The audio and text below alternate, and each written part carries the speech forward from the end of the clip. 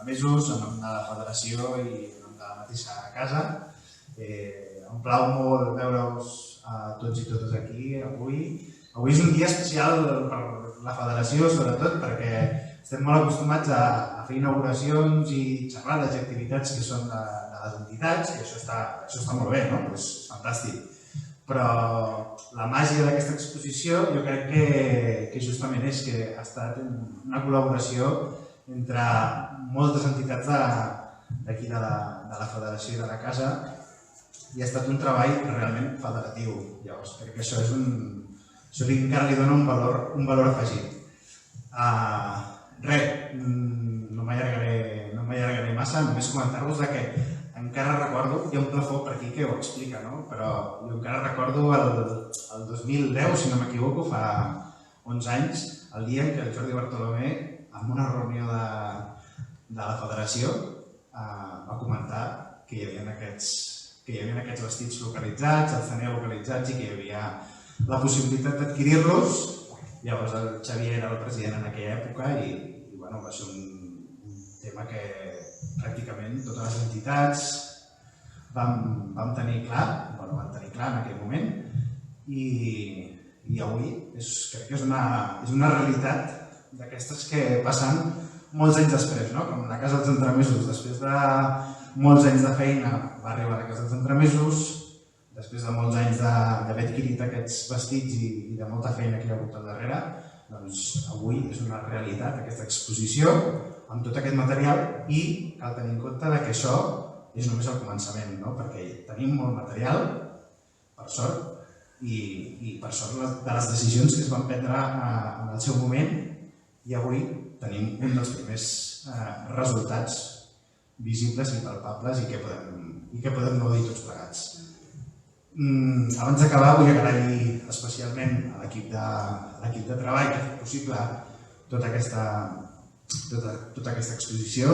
Tinc aquí el llistat de la gent perquè no em vull deixar ningú, perquè hi ha hagut molta feina al darrere i moltes vegades és complicat també fer enquadrar tota la gent i posar-se d'acord, perquè cadascú té les seves maneres de treballar, però s'ha aconseguit i ha estat molt positiu. L'equip de treball ha estat format per el Nico Alonso, el Guillem Amorós, la Cèlia Bartolomé, el Jordi Bartolomé, la Montserrat Castells, el Xavi Cordomí, l'Anna Garcia, la Montserrat Garric i l'Oriol Mestres. Moltes gràcies, perquè això ha estat gràcies a vosaltres que s'ha arribat a aquest punt. I també agrair tots els professionals que han tingut el seu moment o han tingut el seu afegit en aquesta exposició, des de la restauradora fins a la factoria dels anuncis que ha fet que aquesta exposició tingués cos. I ja està, no m'allargo més. Us passo el Guillem Amorós, el Nico Alonso, que han estat dos dels membres de la comissió que han fet aquesta exposició i que ens parlaran una mica sobre això. Moltes gràcies.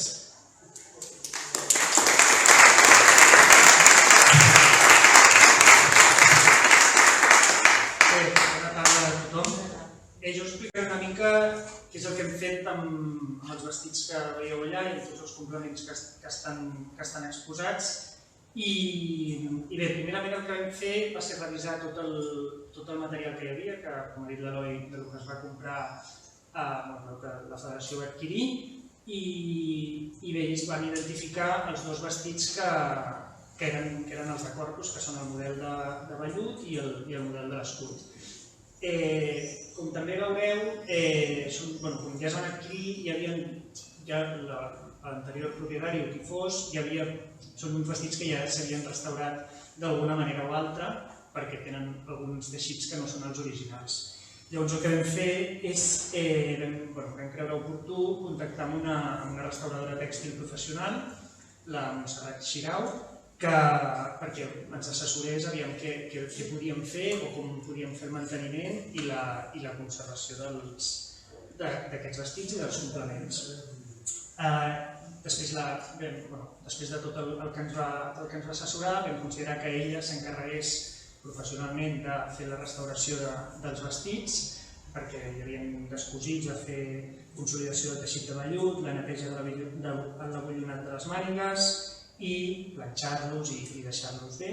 I llavors, amb tot el que ens va dir per conservar i mantenir tot el tema dels complements, nosaltres vam fer tot això que us procedeixo.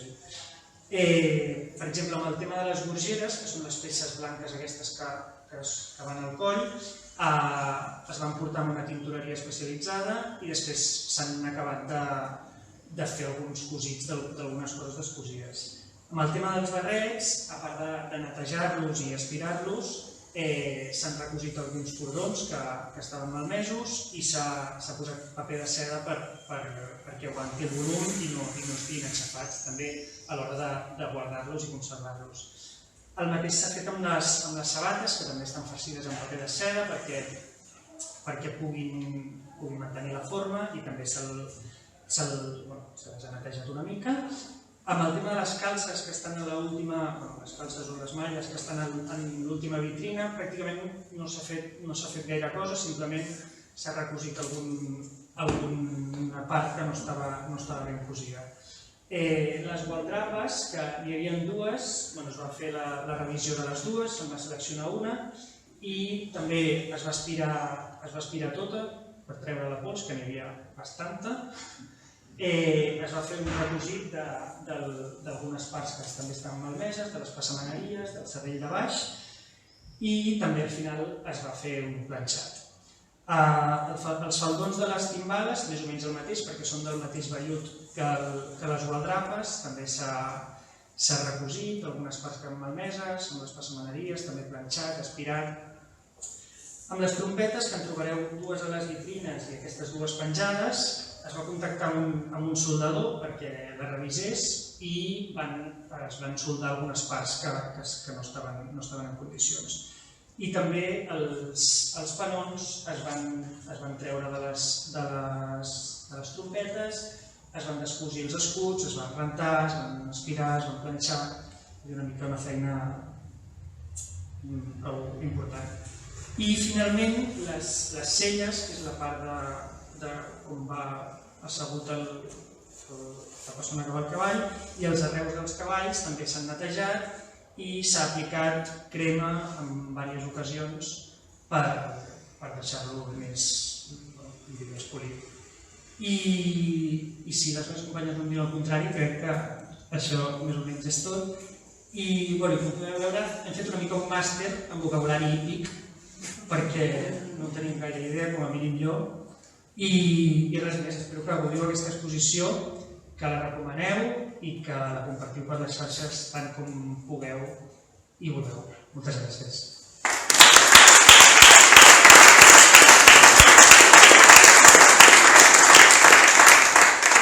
Doncs jo us volia parlar de l'altre vessant de l'exposició, no? Ens hem trobat... Aquesta exposició havia de ser per l'any passat, però al final la pandèmia l'ha anat posposant i la fem pel Corpus del 2021, en el marc d'aquest 700 aniversari del Corpus de Barcelona. I el que teníem molt clar és que, de fet, l'exposició sorgia per posar en valor els vestits que la casa havia adquirit. Aquests vestits s'havien de restaurar, s'ha fet tota la feina que s'havia de fer, però s'havien de contextualitzar. I llavors, aquí va començar la feina de recerca de diverses persones de tot aquest grup que vam començar a buidar arxius.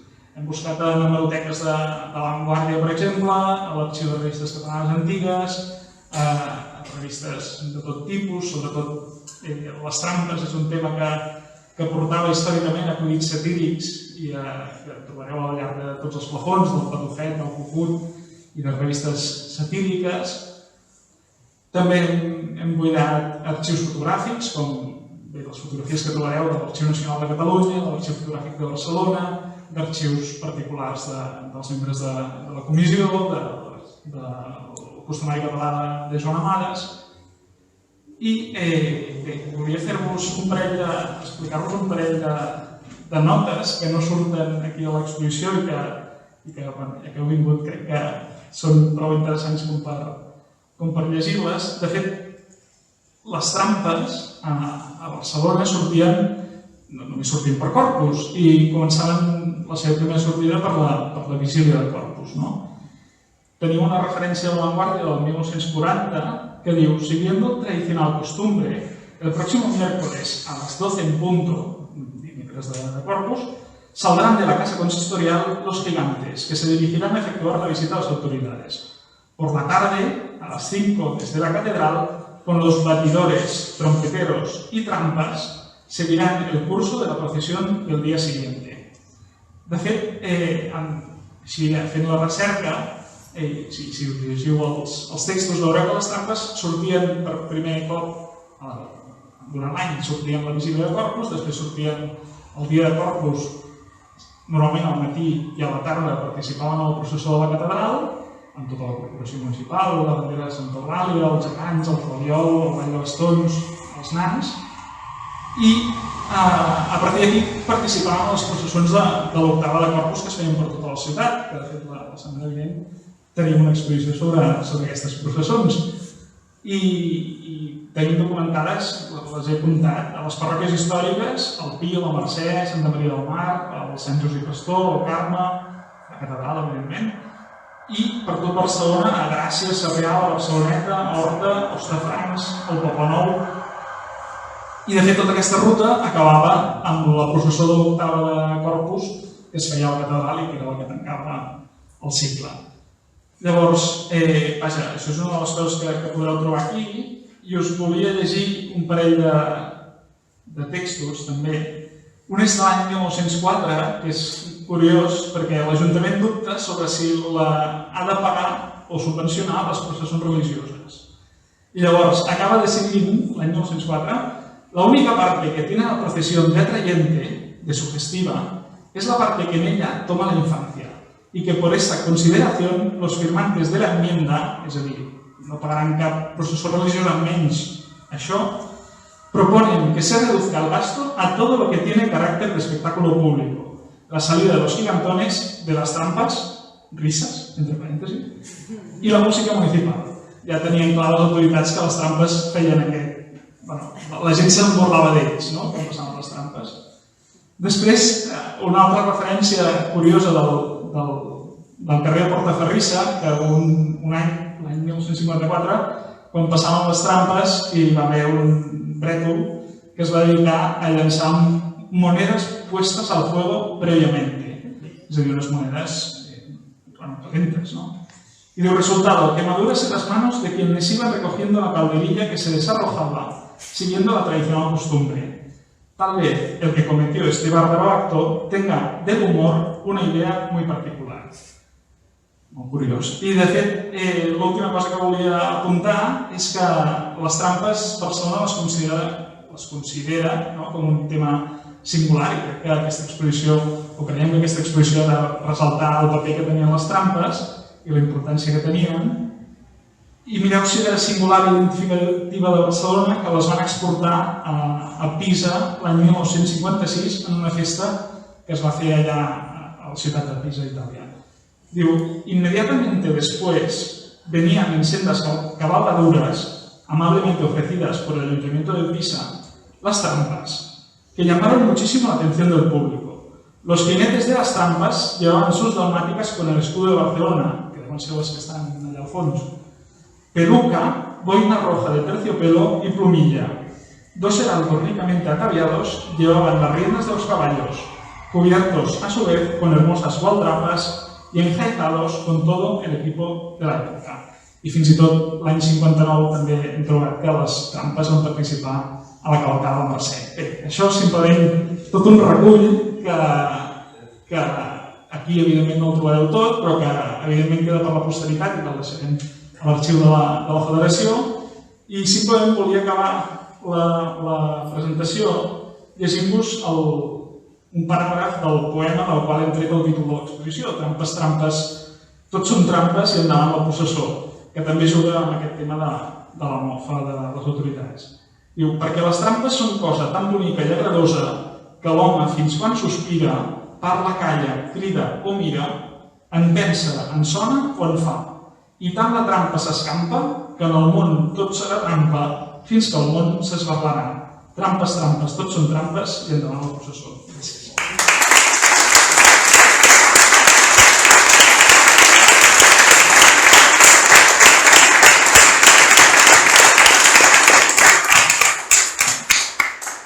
Bé, moltes gràcies de nou per haver vingut, que gaudiu de l'exposició i sobretot que gaudim de tots plegats del Corpus, que avui és poder l'inici simbòlic d'aquestes properes setmanes de Corpus amb totes les activitats que hi ha programades tant a la Casa dels Entremesos com a d'altres espais i res, gaudim-ne.